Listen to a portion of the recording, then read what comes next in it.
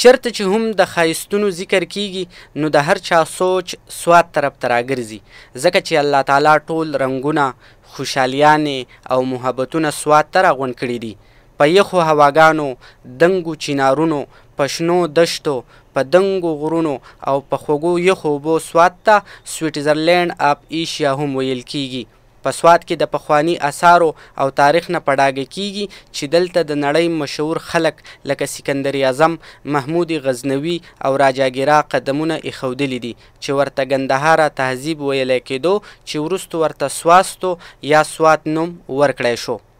د ډیرو نعمتونو نه مالامال سوات 5337 کیلومتره سکویر رقبه یا ځمکه باندې آباد دی چې په ملکنډ ډیویژن کې ورته لوړ مقام حاصل دی. د سوات یوه پوله په ختیځ کې د ضلع شنګلې سره لګېدلې ده او په لویدیځ کې یې د کوز او بر دیر سره لګېدلې ده. دغه شان یې جنوب اړخ ته بونیر او شمال ته کوهستان پروت دی. د نوي مردمشمارۍ مطابق سوات په 7 تحصیلونو مشتمل دی چې ټوله آبادي یې 6,83,304 لري.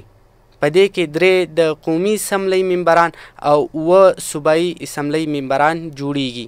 که یو خوا سوات د زمرودو په شان قیمتي معدنیات لري نو بل خوا په نړۍ کې مشهورې میوې او فصلونه هم په خپله غیږه کې زیږوي، لکه شلتالان، سور املوک، مڼې او تور املوک سره سره غوزان هم پیدا کوي. دغه شان جوار، غنم او بیګمۍ وریجو سره سره فصلونه هم زیږوي.